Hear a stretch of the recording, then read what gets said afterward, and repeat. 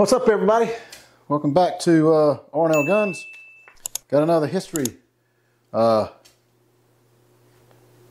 video here. I hope y'all are enjoying it. Let me know in the comments. This is not something we're going to do all the time, for sure, but we got the product to do it, and my son-in-law wanted me to do it, so I'm doing it, and because it's extremely interesting. I'm kind of falling in love with some of the older stuff and getting information. So today we have a Russian M91. That's a 7625, I believe, bolt action, and it is unloaded. It is not loaded. We checked it all out. Doesn't have the bayonet on there though, dadgummit. So look. Okay, easy now. There, just chill. Go get you some wobble pops, some popcorn, sit back, relax, and enjoy the show, or at least I hope you will.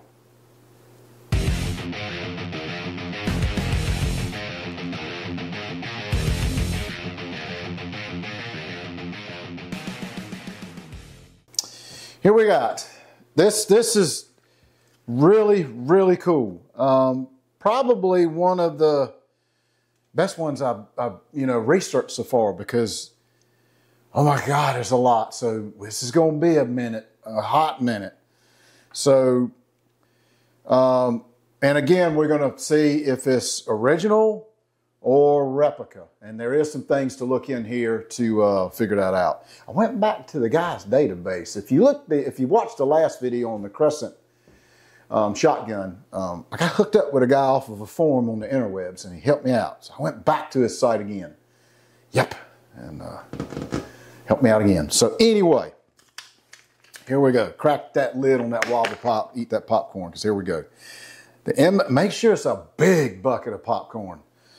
The M91 may refer to the Mosin-Nagant M1891/30, or see if I can pronounce this right, the Zastava M91.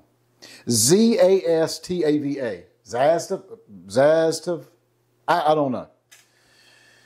Not very good in English. The Mosin-Nagant M1891/30. This was the standard issue rifle for the Soviet infantry in 1930 to 1945. It was also used as a sniper rifle in World War II. Wow. And I don't want to give it away, but there was a lot of things I was asking about that on this rifle. The M1891/30 was the longest serving battle rifle in history.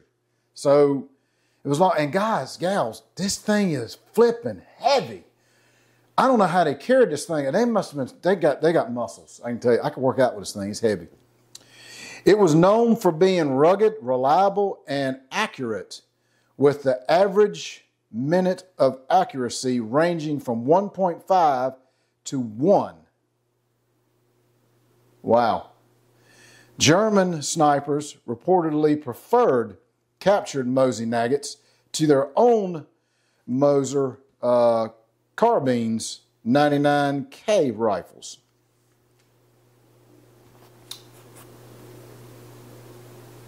Carbiner 98K rifles. Okay. Again, I don't have a whole lot of knowledge in this stuff. This gun is based on an elongated version of the AK-47 design, but has several modifications that bring it closer to the Dragunov rifle. Hufenda. Kiesenflappen. I don't know. It's German language. Can't. Kiesenflappen. You know what that is? Kiesenflappen. That's a brawl. That's a brazier. That's what that is. Anyway, a little joke to that. I'm pretty sure y'all didn't like that. Okay. The Mosin-Nagant is a 5-shot bolt-action internal magazine fed military rifle. So the magazine is internal, which we couldn't never get this. Oh, it did. It moved. I couldn't get it open earlier. So they go inside there like that. and then you just snap it shut. And there's 5 rounds in there. I don't know if they're counting 5 rounds in that and they're counting in the chamber or not. I couldn't never find that information, so I'm not sure. And I don't have any 7.62 5s to put in there to try that, to see if that's what it is or not. Known officials as the 3-line rifle M1891, and formerly in Russia and the former Soviet Union as Mosin's rifle. So it is primarily found chambered for its original 7.62 cartridge, which they say 7.62 by 54 millimeter R cartridge. R, I don't know. Developed from 1882 to 1891, it was used by the armed forces of the Russian Empire, the Soviet Union, and various other states. It could one of the most mass-produced military bolt-action rifles in history, with over 37 million units produced since 1891. Good night, that's a lot. Holy smokes. We can't even produce that now. I'm having a hard time trying to get inventory in here. Everything's out of stock. In spite of its age, it has been used in various conflicts around the world up to the present day. Okay.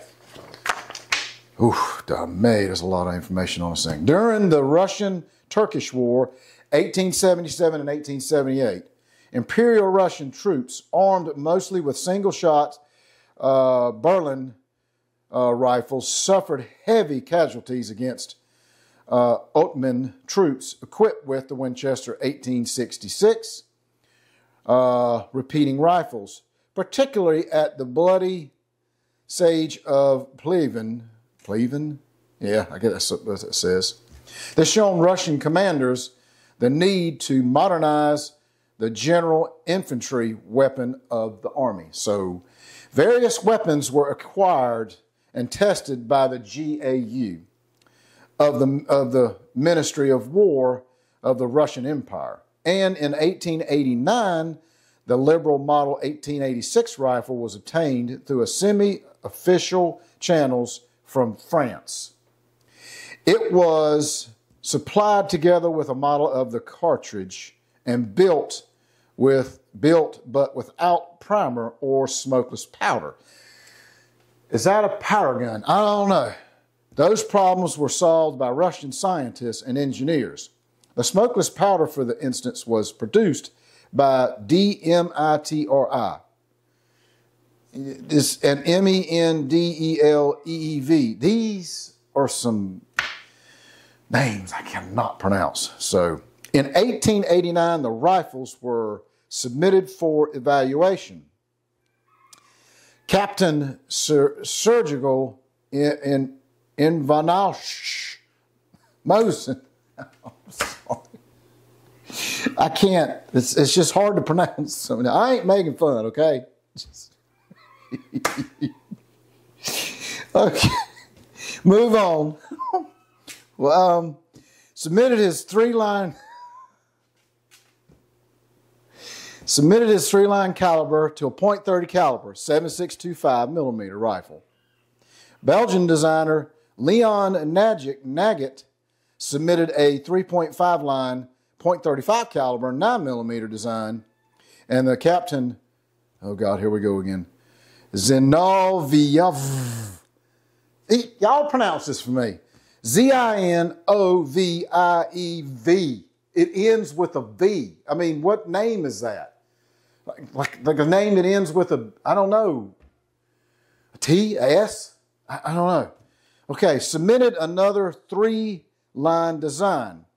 The one design equaled 1/10 or 2.54 millimeter. Thus, 3-line equaled 7.62. Okay, so I'm sorry, guys. I hate to be laughing. I mean, I really do. But I mean, you know, the funny thing is, I'm part German. My dad was born and raised in Germany. And they snuck out and they were able to get away, I don't know, illegally somehow or whatever, and get on a boat when he was 17, I think it was, and got to the States, got the U.S., but then the military got a hold of him. And back then, they made a deal with him. If you join the military, we'll put your citizenship. Believe it or not, that's a true story. I'm not lying. That's how my dad became a United States citizen, was going into the U.S. military. So that's kind of crazy, ain't it? But that's what happened. Okay, now, where was I at? All right, I did that. When trials concluded in 1891, the evaluators were split in their assessment. The main disadvantages of the Nagant's rifle were a more complicated mechanism and a long and tiresome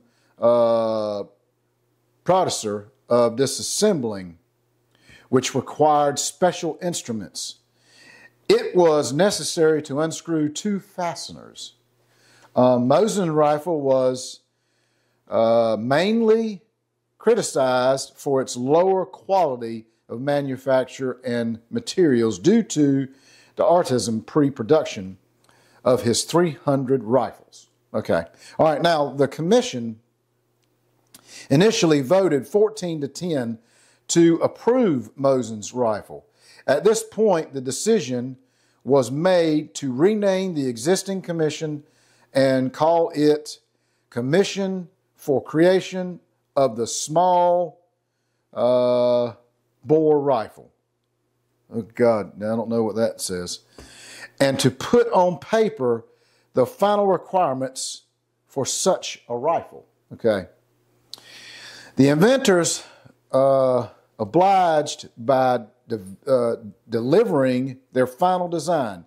Head of the commission, General Chagin, C-H-A-G-I-N, Chagin,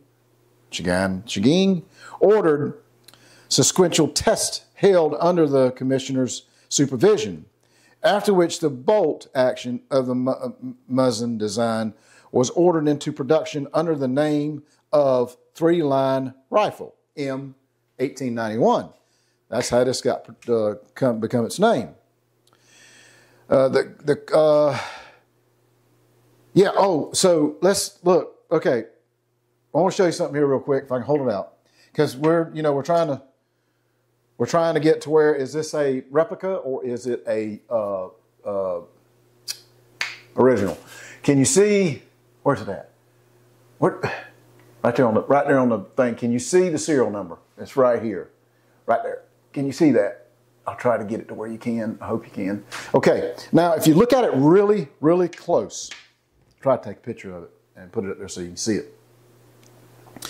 The serial numbers are all jacked up. They ain't right. Some's kind of cocked the other way, and they're not in line, and they go right here.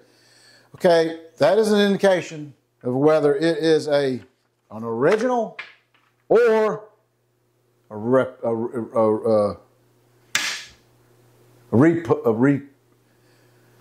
another one, a remade one. I can't think. Just reproduction. There it is. Got it. Whew. Okay, like the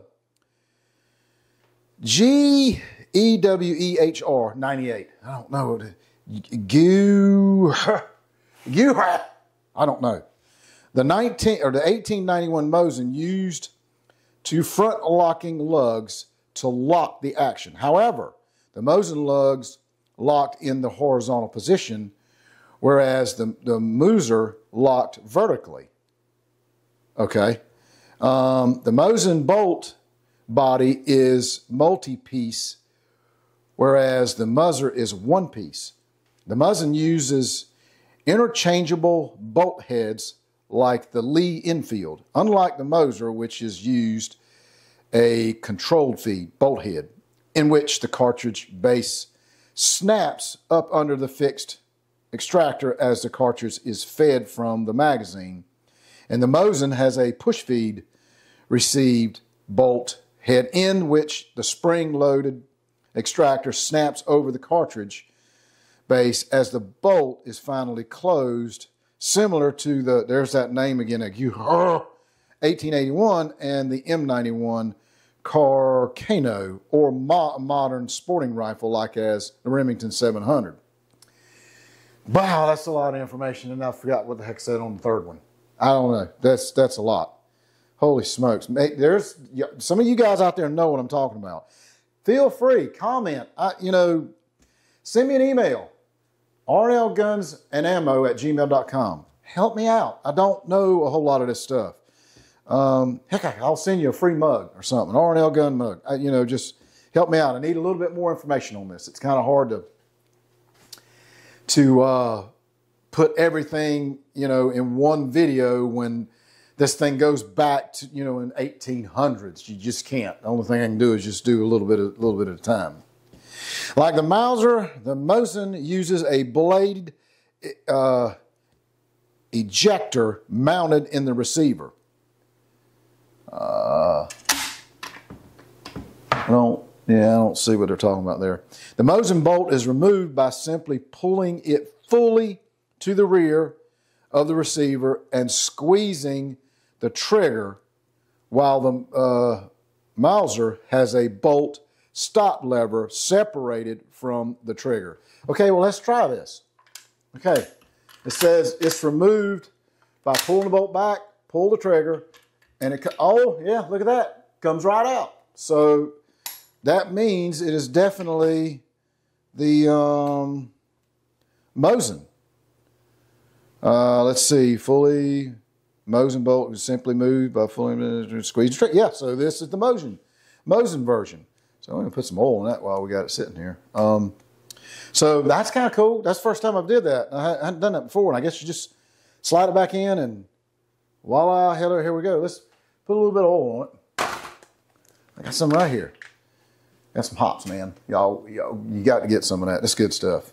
Very, very good stuff. We just put a couple drops in there a little bit. We did wipe it down for him and made it look a little bit, There we go. Okay, let's stick a little bit in there. All right, let's see if we can stick it back in there. All right. Got to figure out which way does it go. Does it go this way? Yeah, no. I don't know. Let me set it down here. Kate, put an eyeball on here and see where it goes. Oh, you know what? You got to pull that trigger. Forgot about that. You have to pull the trigger. So see, now it's locked in. There we go. Put a little oil in there for him. Not that he'll probably ever fire it, but it would be cool to try it, though. I'd like to do that. Okay, that's enough on that. All right, let's see. Let's go into the rifling. The rifling of the Mosin barrel is right turning, so it's clockwise. If you're looking at the camera, it'll be this way. Looking down the rifle barrel, it's a 4-groove with a twist of a 1.9.5 or 110. The round fixed metallic magazine can either be loaded by inserting the cartridge individually, or often in the military service by the use of 5-round stripper clips. I don't know what that is. Maybe I can find something and put that up. I don't know what stripper clips is. Despite the failure of the Nagat's rifle, he filed a patent suit claiming he was entitled to the sum of the winner was to receive. So I guess back then, I don't know. It appeared that Nagat was the first to apply for the international patent protection over the interrupted series, although he borrowed it from Mosin's design initially. So how can you, I don't know. Weird back then. Mosin could not apply for the patent since he was an officer of the Russian army. And the design of the rifle was owned by the government and had the statutes of a military secret.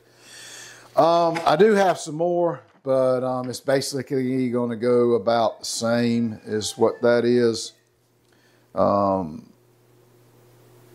let's see, when trials concluded in 1891, the elevators were split in their assessments. Back to, is it a original or is it a reproduction? Coolest thing is it's original. Yep. The serial number I showed you is all jacked up, uneven, and just messed up. Shows that it's original. That's one of the signs, one of the telltale signs. There's a couple of others. There's one, and I don't know if you could see it or not, but there is an insignia right there. Can you see that? It's bare, just hard to see in the bottom. That's another sign. It's original. Here is a good look at the serial number right here, and you see how jacked up it is. Can you see it's all crooked, not, it's different. The other one is on the bottom of the magazine. Can you see how that's all jacked up, not straight? So it is original, and which is pretty cool. But our question is, how many soldiers was this thing shot at? That's the question. And we'll never know. I wish I could hear this wood on this firearm talk. I really do. And did the guy, the officer, have this? Did he pass away during the war? He got shot and killed. That's something to think about too. Really cool. Thanks for hanging out. Bug's back. She's out there messing with the chickens now, as you can tell, because they're raising hell. And I just said, oh my God, put duct tape around their beaks or something. Anyway, guys, thank you so much. I appreciate it a whole lot. Please don't forget to like, share, tag, subscribe. It's free. It costs nothing. Our channel needs the help. We need all we can get. Trying to hit that 1,000 subscriber mark, and it's just taking forever, and I get it. Time is time. We've only been doing this about a year. And some of our stuff is not the greatest in the world. Some people don't like it, but there are some that do. So it's greatly appreciated, all your comments, whether they're good, bad, sarcastic, whatever. Just keep them clean, please, because my granddaughter follows the channel and she reads comments. I've already had to block a few people for being really, really nasty on there. I get it. I'm not the best in the world. I'm not a great creator. I just enjoy what I'm doing, and so does Bug. So we're all about this. Thanks again, guys. Y'all have a wonderful morning, evening, afternoon, night, wherever it is on your side. And remember, we the people. God bless. See you on the next one.